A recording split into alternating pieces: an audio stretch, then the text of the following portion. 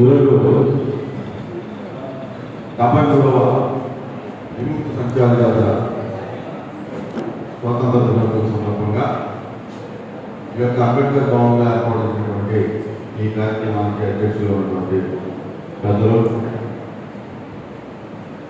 సంచార జాతర భవన్ అయినటువంటి వీరన్న గారు, అలాగే పెద్దలు గౌరవనీయులు వైఎస్ఆర్ పార్టీ జిల్లా అధ్యక్షులు మాజీ శాసనసభ్యులు ప్రసాద్ గారు, ఇప్పటివరకు ఉండి అందరికీ మంచి సందేశాన్ని ఇచ్చి వెళ్ళినటువంటి కాలం నాయకులు గారు, వేదిక మీద ఉన్నటువంటి పెద్దలు, వేదిక మీద ఉన్నటువంటి సోదరులందరికీ కూడా నా యొక్క నమస్కారాలు, శుభాకాంక్షలు తెలియజేస్తున్నాను. ఎందుచేతంటే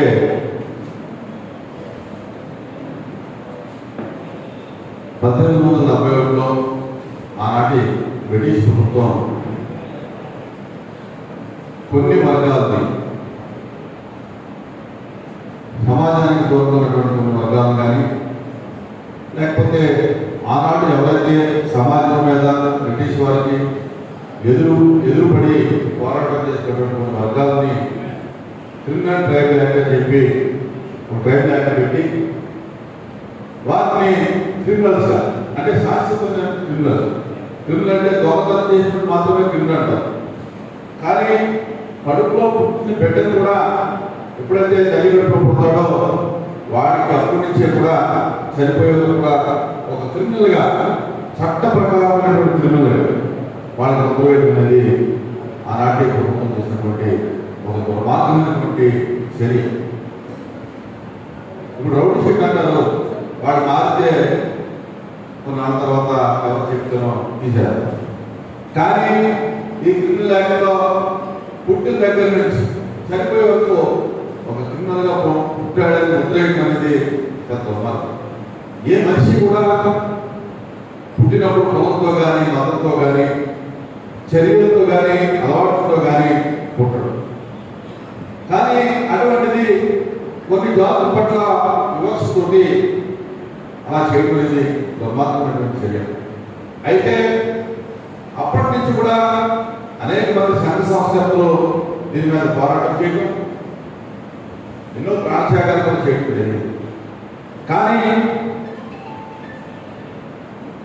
1947లో ఒక అయ్యంగార్ కమిషన్ వేయడం, దాని రిపోర్ట్లు ప్రభుత్వానికి అమ్మకం. తదుపరి 1952లో ఆ యొక్క యాక్ట్ రద్దు చేసి వీరు కూడా మనుషులే, సమాజంలో వీరు కూడా అందరిలాంటి వారే, గొప్ప అనేది చేయడం అనేది అన్ని వర్గాలలో ఉంటుంది తప్ప ఒక వర్గం ప్రత్యేకించి వారికి ముందు వేయడం కరెక్ట్ కాదని చెప్పి 1952లో మరి వారిని ముక్తి చేయడం. అయితే ఏదైతే సంచార జాతులుగా అప్పుడు ఆకలిపోయినటువంటి ఆ వర్గాలు స్థిర వ్యవస్థ లేక చెట్లంట, పుట్లంట, అడుగులంట దాక్కున్నటువంటి మనుషుల్ని సంచార జాతులుగా పిలవబడినటువంటి పరిస్థితుల్లో వారికి సర్టిఫికేట్ కానీ లేకపోతే ఏ జాబితాలో తెలియనటువంటి పరిస్థితుల్లో ఆనాడు 1956లో ఆనాటి ప్రభుత్వం కొన్ని జాతులు ఎరుకుల, యానాది, కొన్ని జాతుల్ని ట్రైబల్స్ గారు, కొన్ని జాతుల్ని షెడ్యూల్ కులాలు గారు పెట్టడం జరిగింది. కానీ ఇంకా సుమారు 18 జాతుల్ని ఏదో తెలియనటువంటి పరిస్థితుల్లో మరి ఉంటాం.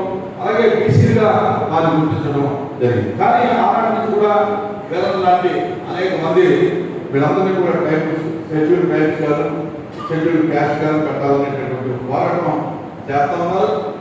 అది ఒక ఎత్తు అయితే, రెండవది 1947 ఆగస్టు 15 నుంచి సమాజం అందరికీ కూడా వచ్చినటువంటి స్వాతంత్రం మరి కొన్ని వర్గాలకు రాలేదని మరి ఫీల్ అవుతున్నారంటే కనుక అది ఎంతో దుర్మార్గమైనటువంటి చర్యని మనం తెలియజేసుకున్నాం. ఈ స్వాతంత్రం అనేది కొన్ని వర్గాలకైనా అన్ని వర్గాలకైనా అని మనం ఆలోచించినప్పుడు నిజంగా కొన్ని వర్గాలకి అయినటువంటి ఆలోచన కాలంలో ఉంది. మీరందరూ కూడా మాకు అవసరం లేదు అనేటటువంటి ఫీలింగ్లో ఉన్నారంటే దానికి కారణం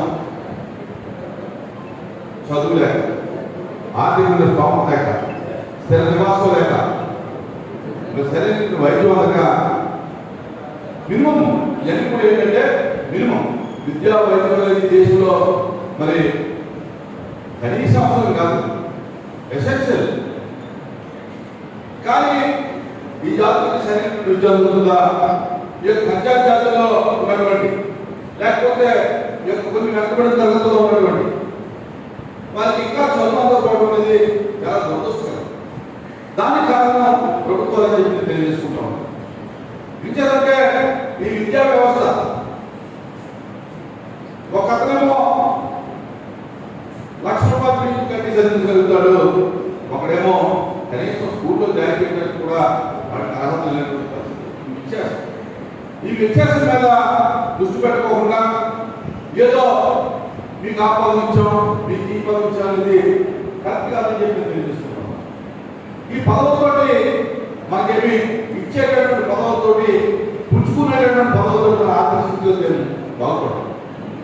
ప్రభుత్వాలు చేయవలసింది ఏంటంటే అందరికీ కూడా విద్య అందించే విధంగా ఈ సంచార జాతులకి వారు ఎక్కడ జీవించిన వారికి ప్రైవేట్ స్కూల్స్ లో కూడా ఉచితమైనటువంటి విద్యను అందించాలి.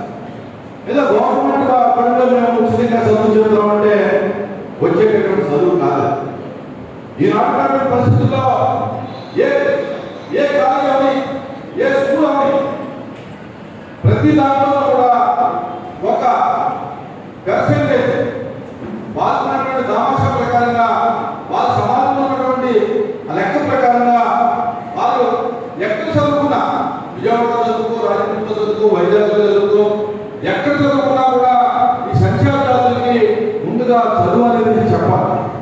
ఈ చదువుతో మాత్రమే ఈ సమాజం అభివృద్ధి చెందుతుంది తప్ప మీరు ఇచ్చేటటువంటి కేజీలో, అరకేజీలో, లేకపోతే ఉచితంగా ప్రయాణం ఇవన్నీ కూడా ప్రభుత్వం బాగు చేసేది కాదని చెప్పి తెలియజేసుకుంటాం.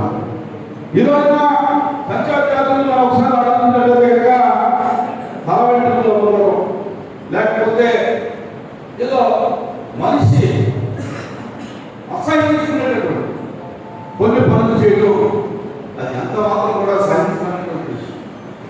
ఈరోజు మనం కొంతమంది చూస్తూ ఉంటాం, అంటే కొంత మలమూత్రం ఎత్తేటటువంటి కొన్ని విషయాలు ఈరోజు ప్రభుత్వం చట్టం చేసింది. ఏ మనిషి కూడా ఒక మనిషి విసర్జించినటువంటి ఆ యొక్క వ్యర్థ పదార్థాలని, మలమూత్రాన్ని చేతులతో ఎత్తుకునేది నిషిద్ధం. మనం కూడా అంగీకరించడానికి వీల్లేదు. ఈరోజు మనం చూస్తాము, చాలా మంది ఆ రోడ్ల పక్కన ఉంటూ ఆ యొక్క చెత్త కాగితాలు, ఉల్లినటువంటి కాగితాలు, ఇది పడేసినటువంటి వ్యర్థ పదార్థాలు ఏరుకుంటా ఉన్నారంటే కనుక ఈ దేశానికి స్వతంత్రం వచ్చిందా రాలేదా అనేటువంటి విషయాన్ని మనం